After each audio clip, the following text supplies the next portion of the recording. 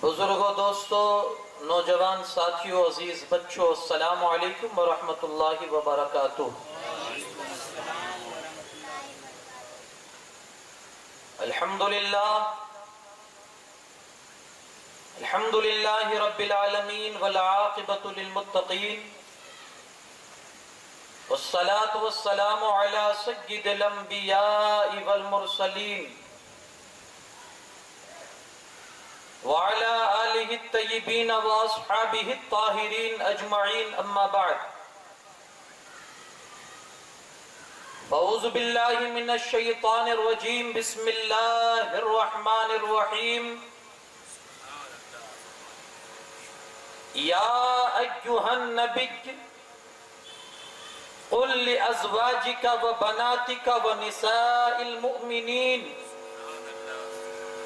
یدنین علیہن من جلابیبہن، صدق اللہ العظیم۔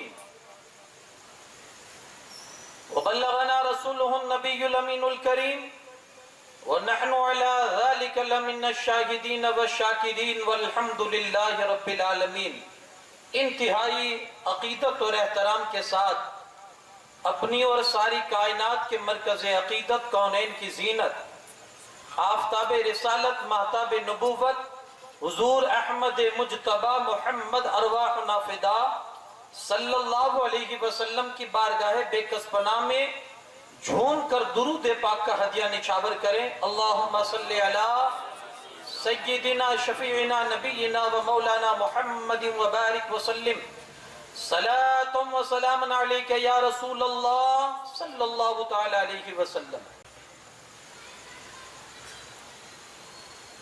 کئی دفعہ اور بارہا مجلسوں میں آپ کو درود پاک پڑھنے کے حوالے سے کہا جاتا ہوگا، ذرا زور سے پڑھیں، ذرا زور سے پڑھیں۔ ایک حدیث، ایک روایت میں آپ کو سناؤں۔ اس روایت کے سننے کے بعد شاید اس کے بعد کسی مجلس میں آپ کو یہ کہنے کی ضرورت پڑے کہ زور سے پڑھیے۔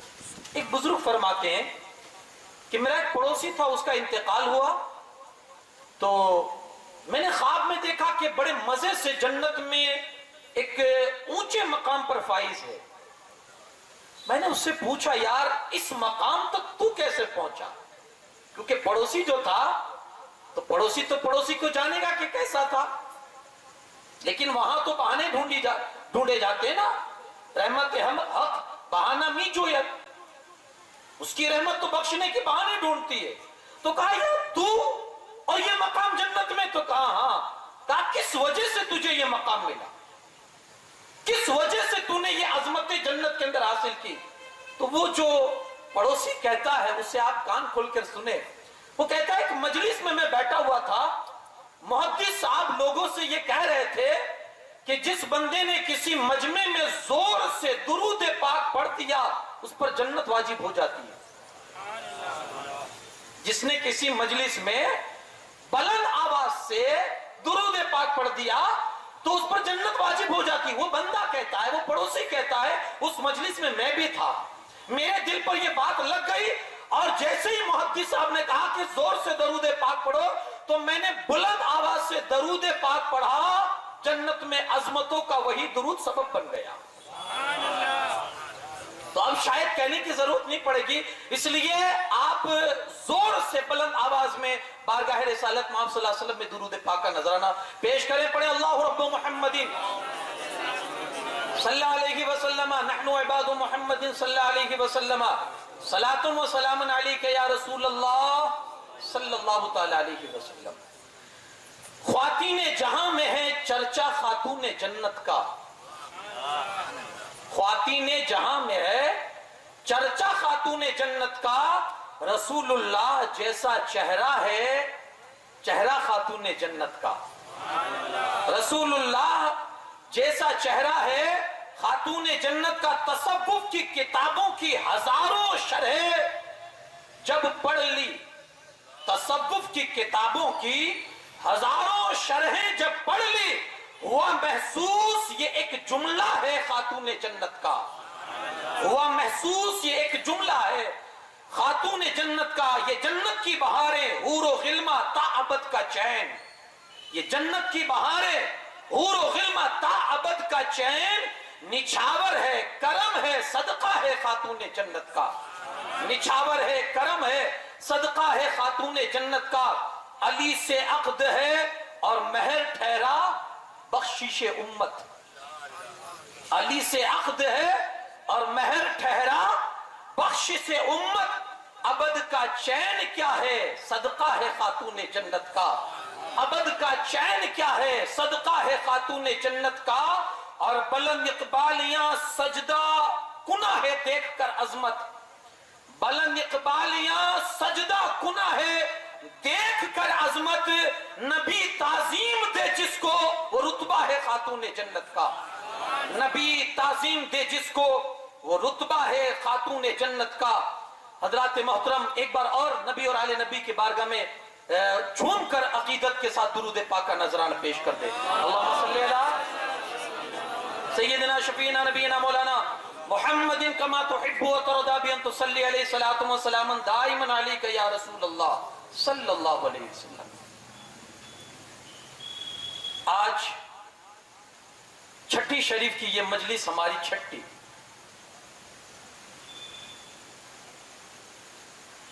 اور جہاں چھٹی شریف کی بات آئے گی تو ظاہر سی بات ہے کہ آپ کی توجہ سیدھے بارگاہ عطائے رسول میں پہنچنے ہی والی ہے۔ مجھے شاہ ولی اللہ محدث دہلوی علیہ رحمہ کی ایک بات یاد آتی کہ کسی شخص نے آ کر آپ کی بارگاہ میں پوچھا کہ حضور کیا سبب ہے کہ جو مقام اور جو عظمت اللہ نے بارگاہ غریب نواز میں عطا کی ہے حضور غریب نواز کو، وہ کسی اور جگہ نظر نہیں آتی کہ جو بھی جاتا ہے شیدائی بن جاتا ہے، جو بھی جاتا ہے وہ شیدائی بن جاتا ہے۔ سبب کیا ہے؟ اور حقیقت اپنا تو اپنا غیر بھی، جو بھی جاتا ہے شیدائی بن جاتا ہے۔ تو شاہ ولی اللہ محدث دہلوی نے تھوڑا توقف کیا، سوچنے لگے، اور سوچنے کے بعد فرماتے ہیں ای سعادت نہ بزورے بازو نیست تا نہ بخشت خدائے بخشندہ۔ یہ وہ چیز ہے جو طاقت کے بلبوتے پر نہیں جیتی جاتی، جس کے ساتھ خدا کا فضل و کرم شامل ہوتا ہے اللہ اسے ایسی عظمتوں سے نواز دیتا ہے۔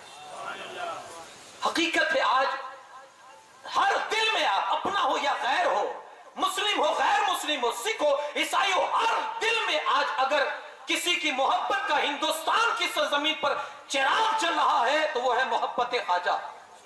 کسی نے کہا چراغ چشت شہ اولیاء غریب نواز، میرے حضور میرے پیشوا غریب نواز،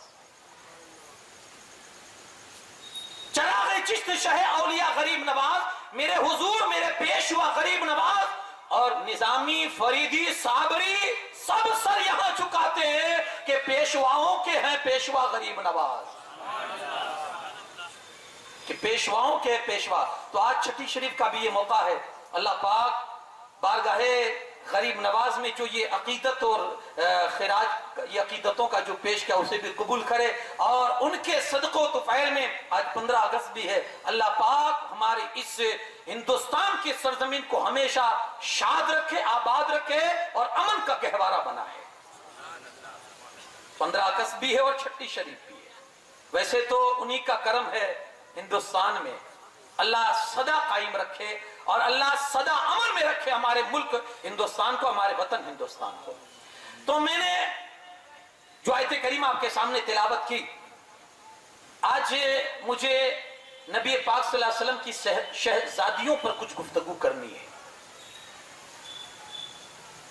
اور یہ ایک تاریخ بھی ہے، آپ اسے ذہن نشین بھی کر لیں کیونکہ یہ آپ کے لیے کام بھی دے گا۔ بڑا فتنوں کا دور ہے یار، اور سب سے بڑا المیہ اس دور کا یہ ہے کہ اب تو لوگ تاریخ ہی بدل دے رہے ہیں، ہسٹری پر سیدھا اٹیک، کوئی روکنے والا نہیں ہے، کوئی آواز اٹھانا، چونکہ علم لوگوں کے بیچ سے اٹھ چکا ہے، تاریخ کا اتنا تو جو لوگ چور قسم کے ہیں وہ تاریخ بدل رہے ہیں۔ آپ کو معلوم ہے یہ بھی اٹیک ہو رہا ہے تاریخ کے ان اوراق پر کہ نبی پاک صلی اللہ علیہ وسلم کی صرف ایک بیٹی ہے، وہ بھی حضرت فاطمہ، آج میں آپ کو پروف کروں گا قرآن سے کہ ہمارے نبی صلی اللہ علیہ وسلم کی کتنی بیٹیاں ہیں.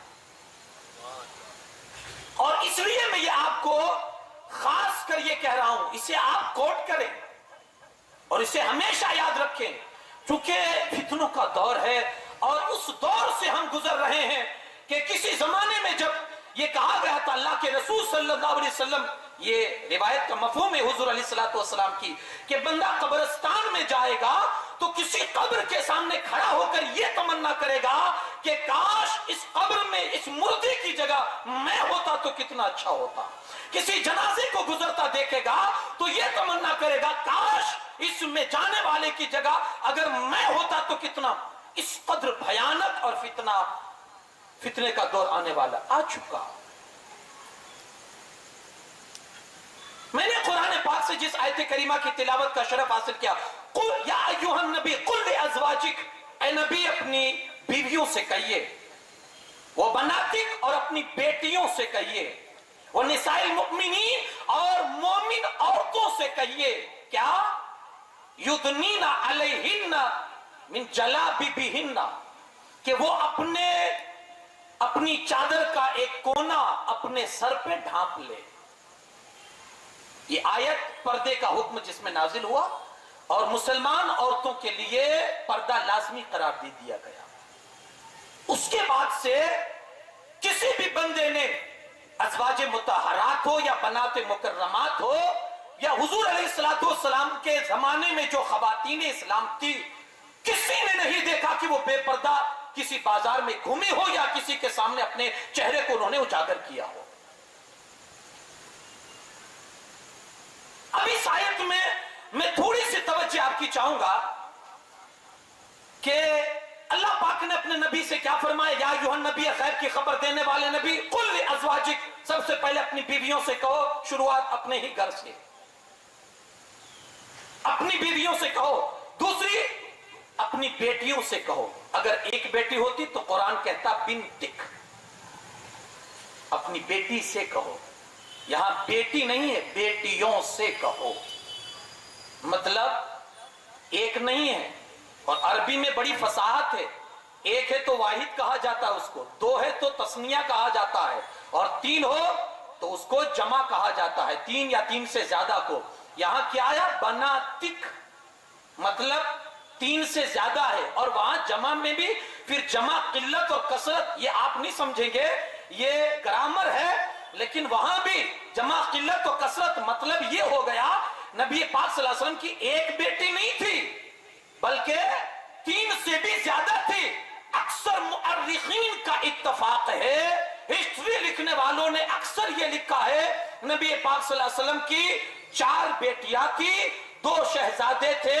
ایک الگ روایت میں یہ بھی ہے کہ 3 شہزادے تھے, ٹوٹل 6 یا 7 اولادیں, الگ الگ روایتوں کے حساب سے. لیکن بیٹیاں رسول پاک صلی اللہ علیہ وسلم کی 4 گنائی گئی.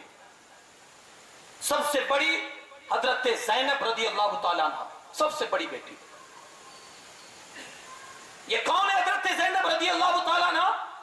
ہمارے اور تمہارے آقا صلی اللہ علیہ وسلم کی سب سے بڑی بیٹی, جن کی ولادت ہوئی نبی پاک صلی اللہ علیہ وسلم کے اعلان نبوت سے 10 سال پہلے. حضور علیہ السلام کی عمر تھی 30 سال کی.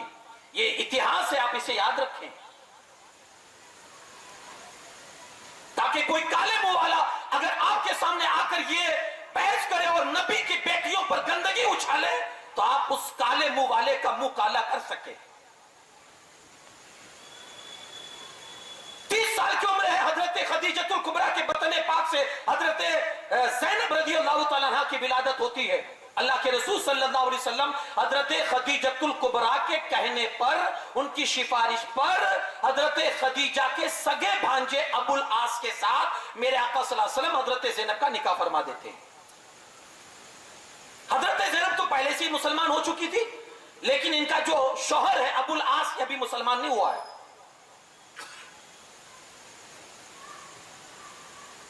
جنگ بدر جب ہوئی تو بدری قیدیوں میں ابو العاص بھی ہے, ہمارے نبی صلی اللہ علیہ وسلم کا داماد, حضور علیہ السلام کا داماد, یہ بھی ابو العاص بھی ہے گرفتار ہونے والوں میں. مدینے میں جب ان کو لے جایا گیا، حضرت زینب مکہ میں تھی، ان کو پتا چلا کہ میرے شوہر بھی گرفتار ہو چکے ہیں، چونکہ وہ کافروں کی طرف سے لڑنے گئے تھے۔ تو حضرت زینب نے اپنا ہار ان کی رہائی کے لیے، ان کو چھڑانے کے لیے مدینہ میں ہار بھیجا، عرض کیا رسول اللہ صلی اللہ علیہ وسلم یہ میرا ہار ہے، اس کو لے لیجئے اور ابو العاص کو آپ چھوڑ دیجئے۔ اللہ کے رسول صلی اللہ علیہ وسلم کے سامنے جیسی اپنی بیٹی کا ہار پہنچتا ہے، حضور علیہ السلام صحابہ کرام سے مشورہ کرتے ہیں کیا کیا جائے۔ سارے صحابہ نے کہا حضور ہار واپس کر دیا جائے اور ان کو رہا کر دیا جائے، ایسے ہی ہم خوشی سے اجازت دیتے ہیں۔ ابو العاص کو چھوڑ دیا، لیکن ایک شرط رکھی گئی ان سے۔ شرط کیا رکھی گئی؟ مکہ جانا اور حضرت زینب کو صحیح سلامت مدینہ پہنچا دینا، یہ تمہاری ذمہ داری ہے۔ انہوں نے وعدہ کیا ٹھیک ہے میں پہنچا دوں گا، چونکہ ابھی بھی ابو العاص مسلمان نہیں ہوئے۔ حضرت زینب مسلمان تھی، مکہ میں تھی اپنے سسرال میں۔ ادھر ابو العاص پہنچے مکہ اور اپنے بھائی کنانہ کے ساتھ حضرت زینب کو ایک سواری پر بٹھا کر، اس وقت حضرت زینب حمل سے تھی، ایک سواری پر بٹھا کر ان کو مدینے کی اور روانہ کیا۔ کفار مکہ کو پتا چلا کہ حضرت زینب مکہ چھوڑ کے مدینہ جا رہی ہے، انہوں نے بیچ میں رکاوٹ ڈالی اور ایک ظالم بدبخت آگے آیا اور اس نے زرہ دکھا کر حضرت زینب کو ڈرانا چاہا۔ حضرت زینب ڈری، سواری سے نیچے گری، تو گرنے کی وجہ سے آپ کا حمل ضائع ہو گیا۔ اس تکلیف کے ساتھ بہرکیف جب دیکھا کنانہ نے، جو ان کا دیور ساتھ میں تھا، کہ لوگ آئے ہیں تکلیف پہنچانے کے لیے، تو تلوار لے کر نکل گیا، خبردار اگر اب کسی نے راہ میں رکاوٹ ڈالی تو یہ تلوار ہے اور وہ ہے۔ پھر لوگ ڈر گئے اور ہٹ گئے۔ ایک روایت میں یہ بھی ہے کہ ابو سفیان سردار مکہ وہ بھی آگے آیا اور اس نے حضرت زینب کو جانے کے لیے راہ ہموار کی۔ حضرت زینب گئی مقام بطن میں، اللہ کے رسول صلی اللہ علیہ وسلم نے حضرت زید بن حارثہ کے ساتھ ایک انصاری صحابی کو بھیجا تھا ان کو لینے کے لیے کہ جاؤ زینب آ رہی ہے اسے لے کر آؤ، تو وہ وہیں سے انتظار کر رہے تھے۔ ان کا دیور کنانہ ان کو وہاں چھوڑتا ہے، حضرت زینب جاتی ہے۔ یہ حضرت زینب رضی اللہ تعالیٰ عنہ ہے۔ سن 8 ہجری میں، اس کے بعد تو ابو العاص مسلمان بھی ہو گئے تھے مدینہ پاک میں آ کر، اور رسول پاک صلی اللہ علیہ وسلم کے ہاتھوں کلمہ پڑھ کے پھر مدینہ ہی میں رہنے لگے تھے۔ 8 ہجری میں حضرت زینب رضی اللہ تعالیٰ عنہ کا انتقال ہو جاتا ہے، سن 8 ہجری میں۔ یہ وہ زینب ہے جس کے بارے میں حضور کی سب سے پہلی بیٹی اللہ کے رسول صلی اللہ علیہ وسلم نے فرمایا یہ میری وہ بیٹی ہے جس کی فضیلت یہ ہے کہ یہ اس فضیلت کی حامل ہے کہ اس بیٹی نے مجھ تک پہنچنے کے لیے اتنی تکلیفوں کا سامنا کیا ہے، اپنا بیٹا تک گنوا دیا ہے، اپنا حمل تک جس نے ضائع کروا دیا ہے مجھ تک پہنچنے کے لیے۔ تو یہ سب سے پہلی بیٹی حضرت زینب ہے، یاد رکھیے گا۔ دوسری بیٹی حضرت رقیہ رضی اللہ تعالیٰ عنہ، یہ بھی مسلمان ہو چکی تھی۔ یہ ان کا سب سے پہلے نکاح ہوا تھا ابو لہب کے بیٹے عتبہ کے ساتھ، لیکن جب قرآن کی یہ آیت ابو لہب کے بارے میں اتری، تبت یدا ابی لہب و تب، اس نے جو بارگاہ رسالت میں گستاخی کی تھی، اللہ نے اس کا جواب دیا تبت یدا کی شکل میں، تو وہ آگ بگولا ہو گیا اور اس نے اپنے بیٹے کو چڑھایا، بیٹا طلاق دے دے۔ ابھی رخصتی نہیں ہوئی تھی، عرب میں ایک سسٹم تھی، نکاح پہلے ہو جاتی تھی، رخصتی کئی سالوں کے بعد بھی ہوتی تھی۔ ابھی رخصتی نکاح ہوا تھا، رخصتی نہیں ہوئی تھی، تو عتبہ نے اپنے باپ ابو لہب کے کہنے پر حضرت رقیہ کو طلاق دے دی۔ ادھر طلاق دی، پھر اللہ کے رسول صلی اللہ علیہ وسلم نے حضرت رقیہ کا نکاح حضرت عثمان غنی ذو النورین رضی اللہ تعالیٰ عنہ کے ساتھ کیا۔ یہ وہی حضرت رقیہ ہے، سب سے پہلے جب اسلام میں ہجرت کا حکم ہوا حبشہ کی طرف، تو حضرت عثمان غنی ان کو لے کر حبشہ کی طرف ہجرت کر کے گئے تھے، وہاں سے پھر مکہ آئے، مکہ سے پھر جب ہجرت کا حکم ہوا مدینہ کی طرف، تو یہ ہجرت کر کے مدینہ میں آئے تھے۔ جنگ بدر جب جانے کے لیے لشکر تیار تھا، حضرت رقیہ بیمار تھی، سخت بیمار تھی۔ اللہ کے رسول صلی اللہ علیہ وسلم نے حضرت عثمان غنی سے کہا عثمان تم مدینے میں رہو رقیہ کی تیمارداری کرنے کے لیے اور ان کی دیکھ بھال کرو، اللہ تمہیں وہ ثواب دے گا جو بدر میں جانے والے مجاہد کو عطا کرے گا۔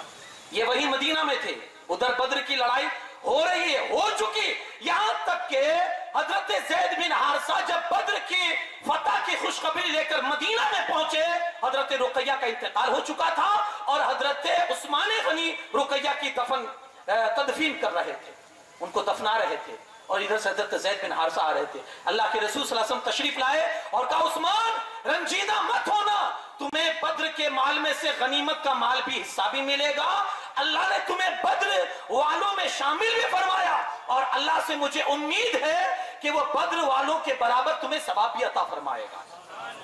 یہ دوسری بیٹی حضرت رقیہ۔ تیسری بیٹی حضرت ام کلثوم، ان کا نکاح بھی ابو لہب کے بیٹے عتیبہ کے ساتھ ہوا تھا۔ پہلے کا نام عتبہ تھا، دوسرے کا نام عتیبہ۔ اس ظالم نے بھی اپنے باپ کے کہنے سے حضرت ام کلثوم کو طلاق دے دی، لیکن اس ظالم نے حد کر دی۔ طلاق دینے کے بعد یہ حضور صلی اللہ علیہ وسلم پر چھپٹا اور آپ کو اس نے تکلیف پہنچائی، ایسی تکلیف دی حضور علیہ السلام کو، ایسی تکلیف دی کہ حضور کا دل بھر آیا۔ زبان اقدس پر کبھی کسی کے لیے بد دعا نہیں آئی، لیکن اس ظالم نے ایسی تکلیف دی نا کہ رسول اللہ صلی اللہ علیہ وسلم کی زبان سے بد دعا کے الفاظ نکلے، اے اللہ اپنے کسی کتوں میں سے کسی کتے کو اس ظالم پر غالب کر دے۔ یہ بد دعا نکلی حضور کی۔ اب ایک دن ایسا ہوا کہ ابو لہب اپنے بیٹے کو لے کر شام کی طرف تجارت کے لیے گیا۔ مقام زرقہ میں جب پہنچا یہ تو رات ہو گئی تھی۔ وہاں ایک راہب تھا، ان کے پاس گئے اور کہا کہ ہم یہاں رات رکنا چاہتے ہیں۔ راہب نے کہا ٹھیک ہے، یہ میرا گرجا ہے، یہاں آپ رکیے، لیکن اس نے کہا سنبھل کے رہنا، کیونکہ یہاں درندوں کا بڑا خطرہ ہے، جنگلی جانوروں کا، اس لیے اپنا آپ کو بچا کے رکھنا۔ اس نے کہا ٹھیک ہے۔ ابو لہب باہر نکلا اور اپنے ساتھیوں سے کہتا ہے دیکھو سنو، آج ایک حقیقت بتاؤں۔ کہا کیا؟ کہا میرے بیٹے کو ہے نا رسول اللہ صلی اللہ علیہ وسلم نے بد دعا دی ہے، اور ان کی زبان سے جو نکلتا ہے نا کبھی غلط نہیں ہوتا، یہ میرا تجربہ ہے۔ یہاں جنگلی جانور بہت ہے، اس لیے میرے بیٹے کی سیکیورٹی کا بہت اہم مسئلہ ہے، یہاں اسے Z+ سیکیورٹی دینی ہوگی اپنے۔ تو کہا کیا کیا جائے؟ کہا جتنا مال ہے اپنا مال تجارت اس کو جمع کر کے ڈھیر بناؤ، ٹیلے کی شکل میں بناؤ ڈھیر۔ کہا ٹھیک ہے، ڈھیر بنایا گیا۔ بہت اونچا جب ہو گیا سارا سامان، تو پھر اس نے اپنے بیٹے عتیبہ کو اوپر جا کر سلایا تاکہ کوئی جانور تکلیف نہ دے سکے۔ روایتوں میں ہے جب سارے لوگ سوئے ہوئے تھے نا تو ایک شیر جنگل سے آیا اور سب کے سر کے قریب جا جا کر سونگتا تھا، سونگ کے چھوڑ دیتا تھا، ادھر سونگتا سونگ کے چھوڑ دیتا تھا۔ پھر اچانک اس کی نظر اوپر پڑی جہاں مال تجارت جمع تھا، ٹیلے کی شکل میں اوپر جاتا ہے شیر، اور ایک ہی وار میں اس پر ایسا حملہ کرتا ہے کہ اس کے چہرے کا کچومر بنا دیتا ہے۔ وہاں مار کے چلا گیا۔ لوگ ڈھونڈتے رہ گئے کہ کہاں سے آیا تھا شیر، یا کہاں سے آیا تھا وہ جانور جو بچے کو اس طرح سے ہلاک کر کے چلا گیا۔ یہ نبی پاک صلی اللہ علیہ وسلم کی بد دعا کا اثر تھا۔ یہ حضرت ام کلثوم، حضرت رقیہ کے انتقال کے بعد رسول اللہ صلی اللہ علیہ وسلم نے حضرت عثمان غنی سے ان کا نکاح پھر کیا۔ یہ حضرت عثمان غنی کی زوجیت میں رہی، اور حضور علیہ الصلوۃ والسلام نے پھر ان کے انتقال کے بعد فرمایا تھا عثمان یہ تو ایک بیٹی دو بیٹیاں تھی، اگر اللہ 40 بیٹیاں دیتا نا، تیری شان وہ ہے کہ میں ایک کے بعد دوسری سب کو تیرے نکاح میں دے دیتا۔ یہ 3 بیٹیاں ہوئی، حضرت زینب سب سے بڑی، حضرت رقیہ، حضرت ام کلثوم۔ چوتھی بیٹی ہمارے اور تمہارے آقا صلی اللہ علیہ وسلم کی سب سے چھوٹی اور سب سے پیاری، نبی پاک صلی اللہ علیہ وسلم جس کے بارے میں فرمائے بضعۃ منی فمن ابغضها فابغضنی، یہ میری وہ بیٹی ہے کہ جو میرے جگر کا ٹکڑا ہے، جس نے اسے تکلیف پہنچائی اس نے مجھے تکلیف دی، اور مجھے تکلیف دینے والا اللہ رب العزت کے یہاں مستحق ہوگا، سزا کا عذاب کا مستحق ہوگا۔ یہ آپ اندازہ کر سکتے ہیں رسول اللہ صلی اللہ علیہ وسلم کو اپنی اولاد میں کہیے سب سے زیادہ اگر کسی سے محبت تھی وہ حضرت فاطمہ سے تھی، کیونکہ چھوٹی تھی، لاڈلی تھی۔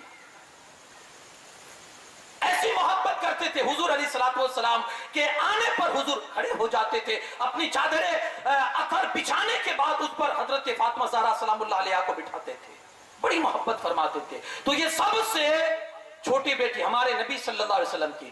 ہماری آج حالت یہ ہے کہ ہم یہ 3 بیٹیوں کو تو کوئی یاد ہی نہیں کرتا۔ یاد رکھنا یہ بھی ایک سازش ہے، یہ آپ کی یادداشت اس لیے نکالی جا رہی ہیں یہ تینوں بیٹیاں، تاکہ کل چل کے پھر آپ پر سیدھا اٹیک ہو کہ حضور کی تو ایک ہی بیٹی ہے، یہ جو بیٹیاں تھی وہ تو حضرت خدیجہ لائی تھی۔ نہیں، ہمارے نبی صلی اللہ علیہ وسلم کی 4 بیٹیاں ہیں، ہمارے نبی صلی اللہ علیہ وسلم کے 3 یا 2 بیٹے ہیں، اور ساری اولادیں حضرت ماں خدیجۃ الکبریٰ رضی اللہ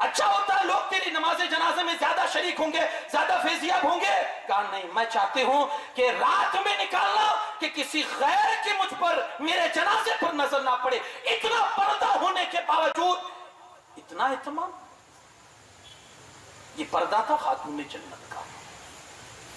تو جب اتنی لاج رکھی نا پردے کی، عصمت کی، عفت کی، پاکیزگی کی، طہارت کی، اتنی جب حفاظت کی، تو پھر اللہ نے انعام بھی دیا. دنیا میں نہیں، آخرت میں. کیسا انعام دیا؟ وہ حدیث سنا دوں تو آپ کے ذہن و دماغ میں وہ حدیث یاد آ جائے گی. کیسا انعام ملا فاطمہ کو؟ جب اس نے پردے کی اتنی حفاظت کی تو اللہ نے انعام یہ دیا کہ جب حضرت فاطمہ کی سواری میدان محشر سے نکلے گی، حکم ہوگا اللہ کی طرف سے، آواز لگانے والا آواز دے گا، اے محشر والو، نگاہوں کو جھکا لو، سر کو جھکا لو، آنکھوں کو بند کر لو. 70,000 حوروں کے جھرمٹ میں فاطمہ بنت محمد کی سواری نکلے گی.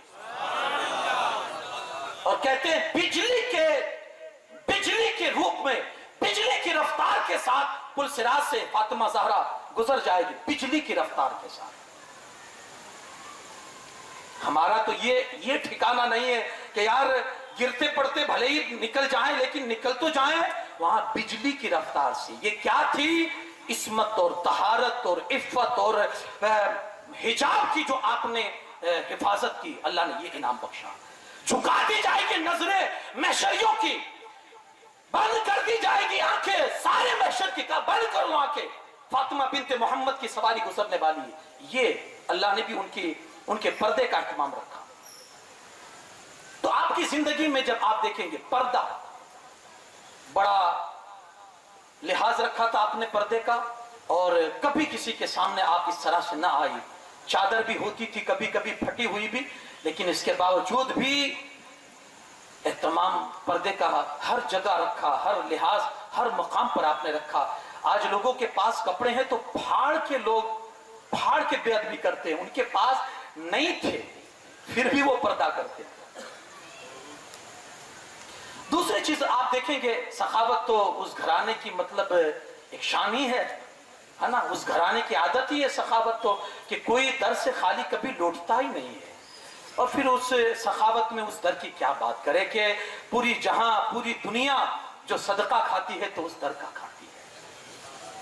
اللہ پاک اسی در کے ٹکڑوں پر پلتا رکھے، اسی در کے ٹکڑوں پر رکھے. حضرت مولا علی کرم اللہ تعالی وجہ الکریم کے ساتھ عقد ہوا، آپ کا نکاح ہوا. مہر کتنا رکھا؟ 400 مسقال. کتنا؟ 400 مسقال. اب یہ مسقال بھاشا میں تو آپ نہیں سمجھیں گے، تو میں اللہ کے رسول صلی اللہ علیہ وسلم نے اپنی ازواج مطہرات کا جو مہر رکھا تھا نا، آپ پوچھئے علماء کرام سے، 500 مسقال. اگر وہ چاندی میں آپ کنورٹ کریں گے، وہ مسقال کو آپ چاندی میں اگر کنورٹ کریں گے تو چاندی بنے گی 131 تولہ، 3 ماشا. اگر آپ چاندی میں اس کو لاتے ہیں 500 مسقال کو، اب اس حساب سے آپ 400 مسقال کا حساب لگا سکتے کہ کتنی رقم ہوگی. آج اگر کہیں نکاح ہوتا ہے نا تو علماء کے پاس آتے ہیں لوگ پوچھنے مہر کتنا ہونا چاہیے، تو جو مسئلہ ہے ہم یہی بتائیں گے بھائی 10 درہم سے کم نہیں ہونا چاہیے. کتنا؟ 10 درہم سے کم نہیں ہونا چاہیے. 500 درہم کی مقدار کیا ہوگی؟ 10 درہم سے کم نہیں ہونا چاہیے، ہم یہ بتاتے ہیں. اب 10 درہم کا جب ہم کاؤنٹ کرتے ہیں تو آج کے چاندی کے حساب سے ہوتا ہے 30 گرام اور کچھ، یعنی سم تھنگ 31 گرام چاندی بنتا ہے. اب 31 گرام کا مارکیٹ ویلیو کیا ہوگا آپ جان سکتے ہیں حساب. تو اس حساب سے ہم کہتے ہیں تو بھائی 3786 میں ہو جائے گا. کیا کہتے ہیں؟ 3786 میں کتنا مہر رکھنا؟ بس برابر ہے 786 کا جو ہے نا آنکڑا برابر ہے بھائی. 5,786,000 بھی ہو سکتا ہے نا. ساری ازواج کا آپ دیکھیں گے 500 درہم، ساری ازواج مطہرات. خاتون جنت 400. اب یہ حساب لگانے جائیں گے تو ہزاروں میں بنے گا حساب. آج کے حساب ہزاروں میں بنے گا. ہمارے یہاں کیا سسٹم، کیا ذہنیت، عورت کو مہر دینا ہی نہیں چاہتے. اور سب سے بڑا رونا یہ ہے کہ مہر حق کس کا ہے؟ مہر حق کس کا ہے؟ عورت کا ہے نا. عورت سے پوچھنے جاتے ہیں کتنا مہر رکھنا ہے, ادھر 4 لوگ جمع ہوں گے, بڑے جو بڑے بنے ہوں گے, اور بھائی اتنا رکھ دو نا, تو برابر ہے 4786, 3486, یہ اتنا. میرے بھائی جس کا حق ہے اس سے تو پوچھ لے. ویڈیوگرافر والے کو کتنا دیا ہے؟ ہاں دیا ہے, 2 دن کا بکنگ کروایا, 15,000 بول رہا تھا, 12,000 میں فائنل کر لیا ہے. واہ, ویڈیوگرافر والے کو 12,000, اور مہر کی بات آئی تو 3,786 میں ہو جائے گا. کیوں حق مار رہے ہو؟ ڈیکوریشن والے کو کتنا دیا؟ اور 5 دن منڈپ رہے گا, کتنا ہے؟ 1 دن کا 10,000 بول رہا ہے, کم کروا کے 7,000 پر فائنل کیا ہے. 1 دن کا 7,000 روپیہ, 5 دن کا کتنا؟ کیا حق مار رہے ہیں؟ جہاں بڑھانا چاہیے نا وہاں ایک سوچ ہی نہیں ہے, اور جہاں نہیں خرچہ کرنا ہے وہاں بے لگام ہو کر خرچہ کرنا ہے. جس طرح سے چاہے, نہیں یار کسی کا حق ہے. حضور نے کمیت کی ایک مقدار بتائیے کہ 10 درہم سے کم نہیں ہونا چاہیے, ہم اسی کو پکڑ کے بیٹھ گئے. ارے میرے بھائی, تو رکھنا 1,00,000 روپے, ثواب زیادہ ملے گا. تو رکھنا 2,00,000 روپے, ثواب زیادہ ملے گا. یہ نہیں کہا ہے کہ 10 درہم سے زیادہ نہیں کر سکتے, اس سے کم نہیں کر سکتے ہیں. تو کتنا مہر تھا حضرت سیدہ فاطمہ زہرا سلام اللہ علیہ کا؟ 400. کہا اتنا مہر دیا. حضرت علی کے ساتھ عقد ہوا آپ کا, تو مکان نہیں تھا, مولا علی حضوری کے پاس رہتے تھے, کوئی الگ سے گھر تو نہیں تھا. فکر ہوئی علی کو کہاں رکھے, تو کسی نے کہا حضور حارثہ بن نعمان انصاری صحابی ہے, ان کا گھر آپ کے بغل ہی میں ہے, تو ان سے کہہ دیا جائے کہ وہ ایک مکان خالی کر دے. حضور علیہ الصلوۃ والسلام فرماتے ہیں اس سے پہلے بھی میں ان سے لے چکا ہوں, اب میری زبان نہیں چلتی کہ ان سے کہوں کہ اپنا ایک روم خالی کر دو, اپنا ایک مکان خالی کر دو.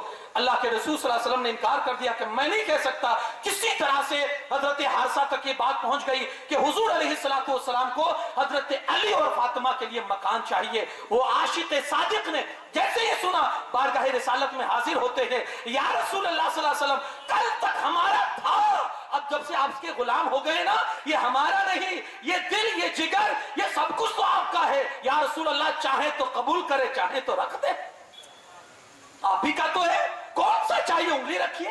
اللہ کے رسول صلی اللہ علیہ وسلم نے اس عاشق صادق سے وہ مکان قبول کیا, اور حضرت علی اور حضرت فاطمہ کو رخصت کیا.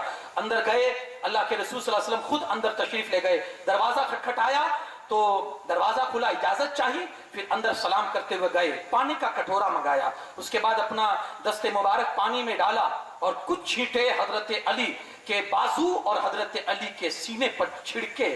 اب یہ کیا راز تھا, اللہ اس کا رسول ہی بہتر جانے کہ بازو اور سینے پر کیا راز تھا.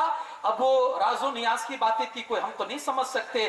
چھڑکے, پھر حضرت فاطمہ کے اوپر کچھ پانی کے چھینٹے چھڑکے, اور پھر دعا کی, اور حضرت فاطمہ سے کہا فاطمہ اس زمین پر جو سب سے بہتر تھا اس کے ساتھ میں نے تیرا نکاح کر دیا ہے, سب سے بہتر جو تھا. مولا علی فرماتے ہیں کہ حق تھا اس اللہ کی بندی کو ایک طرف عبادت کرنا, ایک طرف بچوں کی دیکھ ریکھ کرنا, ایک طرف گھر کے کام کاج کرنا. خود ہی ہاتھ سے چکی چلاتی, مشکیزیں پانی کے بھر بھر کے لاتی. آج کا وہ ماڈرن دور نہیں تھا, آج کا وہ ترقی یافتہ دور نہیں تھا. آج میرے بھائی کپڑے دھونے کے لیے بھی دقت ہوتی ہے نا, تو واشنگ مشین لانا پڑتا ہے, اور اس میں بھی دقت ہوتی ہے تو ایک خادمہ رکھنی پڑتی ہے, یعنی مشین کے باوجود خادمہ, سب ہاتھ سے. کبھی کبھی مولا علی کو ترس آ جاتا, فاطمہ کتنا کام کرتی ہو, تیرے بابا کے پاس کتنے غلام آتے ہیں, کبھی جا کر ایک مانگ لیا کرو.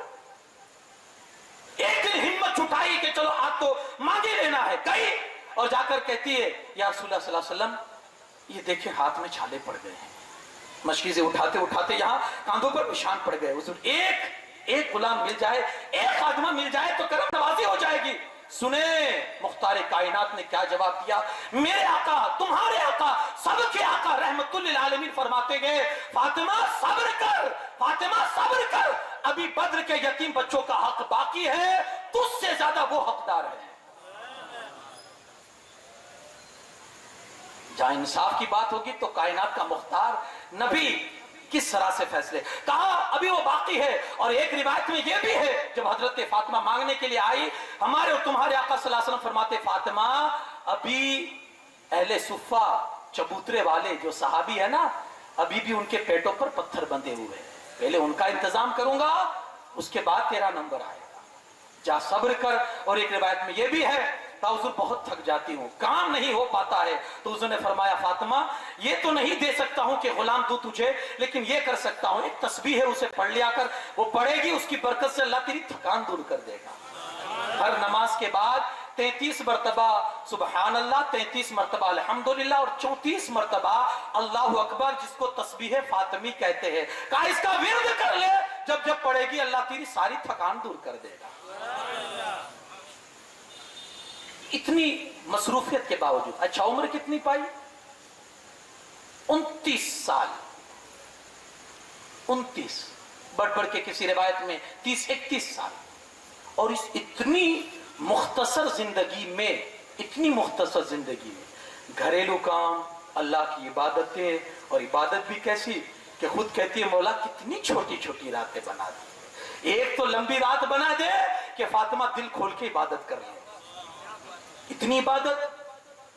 اچھا پھر اس کے بعد مولا علی کی دیکھ ریکھ, شوہر جو ہے ان کی بھی کچھ ذمہ داریاں, گھر کے کام کاج, چکی چلانا, پانی بھرنا, کپڑے دھونا, یہ اور سب سے بڑی بات یہ ہے کہ اپنے بچوں کو کربلا کے میدان کے لیے تیار کرنا. 29 سال میں سب کچھ, بچپنا بھی آ گیا, 29 سال میں قربان میں اس خاتون کی عظمت پر, اللہ اکبر. لیکن اس کم عمری میں بھی آپ نے جہاں والوں کے لیے اس طرح سے اپنے گھر والوں کے ساتھ جو سلوک کیا اور اپنی بچوں کی جو تربیت کی, اللہ اکبر, جہاں کبھی نہیں بھولے گا, ہمیشہ ان کی عظمتوں کو یاد کرتا رہے گا. یہ ہے حضرت سیدہ طیبہ طاہرہ زاہدہ عابدہ حضرت فاطمہ زہرا سلام اللہ علیہا. یہ آپ کی زندگی ہے. مختصر یہ کہ اللہ کے رسول صلی اللہ علیہ وسلم کے وصال کے بعد بڑا صدمہ ایک دل پر لگا, بڑی چہیتی حضور کی تھی اور خود حضور سے بڑا محبت, بڑا پیار کرتی تھی, بڑی محبت کرتی تھی. حضور کا وصال ہوا تو صدمے میں تھی, روتی ہی رہتی تھی. اللہ کے رسول صلی اللہ علیہ وسلم کی جب وصال کا وقت قریب آیا نا تو حضور سے ملنے کے لیے گئی تو رونے لگی, یا رسول اللہ صلی اللہ علیہ وسلم آپ کی یہ حالت یہ وہ. تو حضور فرماتے ہیں گھبرا مت. حضور نے کان میں ان کو قریب بلا کر کان میں کچھ کہا تو وہ رونے لگی. پھر تھوڑی دیر کے بعد حضور نے کان میں کچھ کہا تو ہنسنے لگی. حضرت عائشہ نوٹ کر رہی تھی کہ یہ رونا ہنسنا ایک ہی مقام پر, ایک ہی محل میں, ایک ہی جگہ پر, یہ کیا ہے؟ اس وقت تو نہیں پوچھا, کسی وقت پوچھ لیا, رسول اللہ صلی اللہ علیہ وسلم کے وصال کے بعد پوچھا کہ وہ ہنسنا اور رونا سمجھ میں نہیں آیا. کہا دراصل بات یہ ہے کہ میں حضور پاس آئی تو حضور نے کہا فاطمہ میرا انتقال ہو جائے گا اور میں اس دنیا سے ظاہری پردہ کر جاؤں گا. تو حضور کے اس صدمے کو لے کر میں رونے لگی, لیکن بعد میں فوراً ہی رسول اللہ نے فرمایا گھبرا نہیں, میرے خاندان میں سب سے پہلے جو مجھے آ کر ملے گا فاطمہ وہ تو ہوگی. تو حضور کے ملنے کے شوق میں اپنے مرنے کا خوف نہیں ہے, اپنے مرنے کا صدمہ نہیں ہے, اپنے مرنے کا غم نہیں ہے, حضور سے ملاقات سب سے پہلے ہوگی.